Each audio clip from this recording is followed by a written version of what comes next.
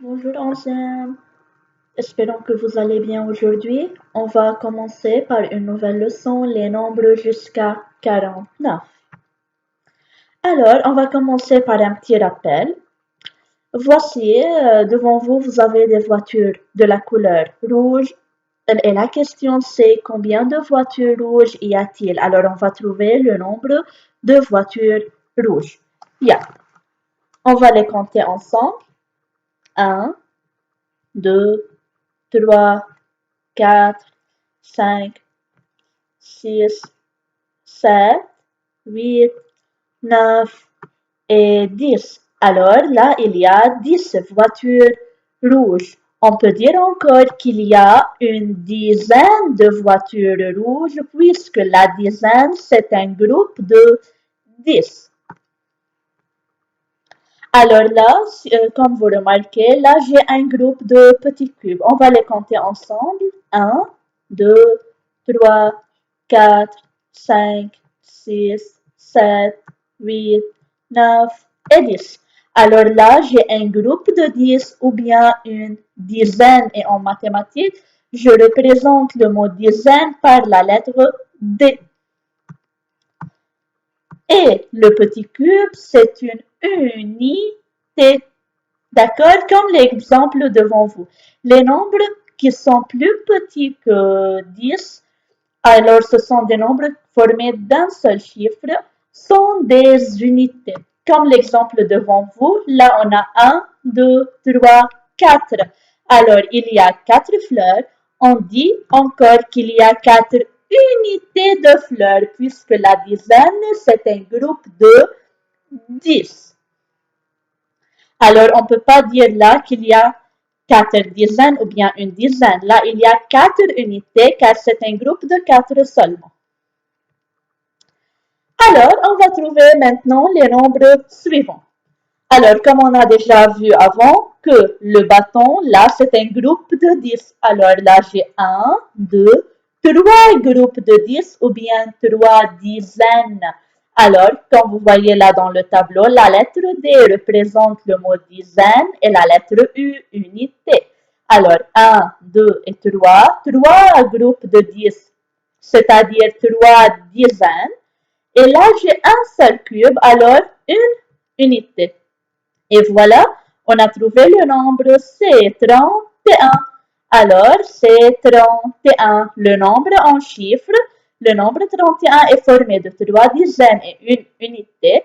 Et on écrit le nombre en lettres 30 et 1. Rappelez-vous, lorsqu'il y a 1, toujours je mets et entre la dizaine et l'unité. Un autre exemple. Alors là, j'ai 1, 2, 3, 4. Là, j'ai 4 groupes de 10. Alors, on dit qu'il y a 4 dizaines. Alors, on écrit 4 au-dessous des dizaines. Et j'ai 1, 2 unités. Alors, on écrit 2. Et voilà, c'est le nombre 42 qui est formé de 4 dizaines et 2 unités. Et on a écrit déjà le nombre encore en lettres. Un autre exemple. Alors là, j'ai 1, 2, 3, 4. Alors là encore, j'ai 4 groupes de 10. Alors j'ai 4 dizaines. Alors j'écris 4 dans la colonne des dizaines. Comptons ensemble les unités. 1, 2, 3, 4, 5, 6, 7 et 8. Alors là, j'ai 8 unités.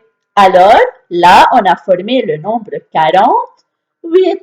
Et voilà, c'est 48 qui est formé de 4 dizaines et de 8 unités. Et on a écrit le nombre en lettres.